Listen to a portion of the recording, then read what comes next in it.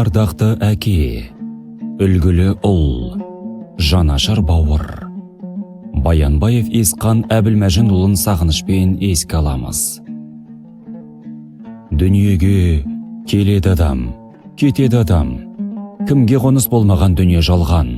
Алланың бұйрығына дұға барма, өзі берген өмірді өзі алған. Бір жыл өтті, сіз жоқсыз арамызда. Жылап біздер қала бердік артыңыздан. Орның қалдау, ортайып асыл әке, не қыларсың, не істерсің бұл тағдырға?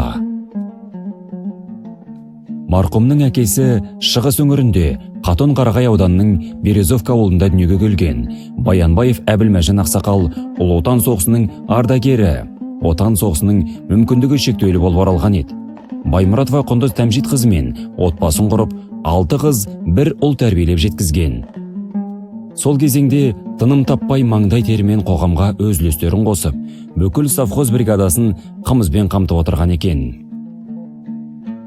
Көптен күткен әкесінің көзінің қарасы, отбасының жалғыз тұяғы, жалғыз ұл Баянбаев Есқан Әбілмәжінұлын 1947 жылы 28 қаңтарда Қатон-Қарағай ауданы Талавочка ауылында дүниеге келген.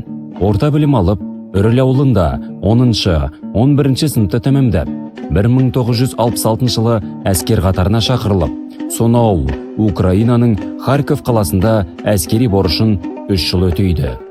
Мұнда спортқа жақындығын көрсете біліп, құрмет грамотасы дипломмен марапатталған болатын. Мал дәрігер мамандығын таңдап, 1966 жылы, 1969 жылдары Өскемен қаласында сол кездегі ауыл шаруашылық техникумды ойдағыдай аяқтап, алғырлығын танытып, класс көшбасшысы болды. 1972 жылы туған ауылына оралып, Чернова совхозы Березовка бөлімшесіне мал дәрігер болып жұмысқа тұрады. 1973 жылы Төтекенова Дариға Төтекен қызымен отбасын құрды. Отбасында 7 бала, яғни 5 қыз, 2 ұлды өмірге келіп жеткізген. Дүниеден озғанша келін күйеу балаларын өз балаларымен бірдей көрді. 7 баласы өмірден өз орындарын тауып, қоғамға кірпіш болып қаланып, ұяда көргенін ұшқанда білген тұлғалар. Балаларым, оқыңдар, жерде қалмайсыңдар дейтін. Таңын Алла деп атырып, кешін Алла деп атыратын. Пайғамбардың дана сөздерін, дұға тілегін жазып жаттап, Алла қолдасын деп, үлкен кіші мұсылманға айта жүретін. Құран оқып, өткендерге иманын білдіріп, құлшылық танытатын. Өзінің адами қасиеттерімен жылқышы әкесінен дарған малға, әсіресе жылқы малына деген құштарлығы сондай еді. Жылқы малының қасиетін алыстан танитын жан болған. Өмір жолында керек жарақты жинап жүретін, табиғаттың тылсым күшін білдімекен, өсімдіктердің қадір қасиетін жетік меңгеріп, қолдана білетін. Аузын ашса жүрегі көрінер жан болды. Балалар үшін асқар таудай әкенің қамқорлығындай қайдан болсын. Ауыл халқына тіпті соңғы жылдары Рейдер қаласы халқының малын емдеу үшін уақыттың ерте кешіне қарамай мал жанын сақтап қалуға жүгіре басатын. Ағайын, туысқан, жамағат, құдай жекжат, тіпті ауылда істеп адамды бауырына басатын.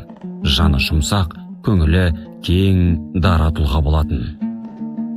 Көзі тірісінде, қилы кезеңде Қытайды мекен етіп, сол заманның талабымен шекарасып кеткен өз ғанын, тамырлас, жүректен ағайын балаларын тауып алып, балалармен қауыштырып кеткен еді. Өз кәсібінде шебер болған, сонау 1972 жылдан бастап совхоз тарағанша бір орнында қызмет істеген жан. Өмір жолында денсаулығы сыр берген емес, әрдайым жүгіре басып, арамыздан шалқып жүретін. Тіршілік тұтамдап таусылар шырақтай демекші, дәм тұзы таусылған шақты, бұл фәнимен қош айтысып, мәңгілік сағыныш қайналып кете барады екен. Жара, балалары, туған туыстар үшін мәңгі атың өшпейді. Балаң өсіп бай болсын, құлының өсіп тай болсын, есіктерің жабылмасын, пейілдерің тарылмасын, шаршап шалдыққандар төрлеріңді дамылдасын. Отауларың елге сән болсын, өмірлерің бал болсын. Елерге заман болsun, бейбітшілік заман болsun, берген батам kabul bol, osmen batam tamam bolsun. Amin.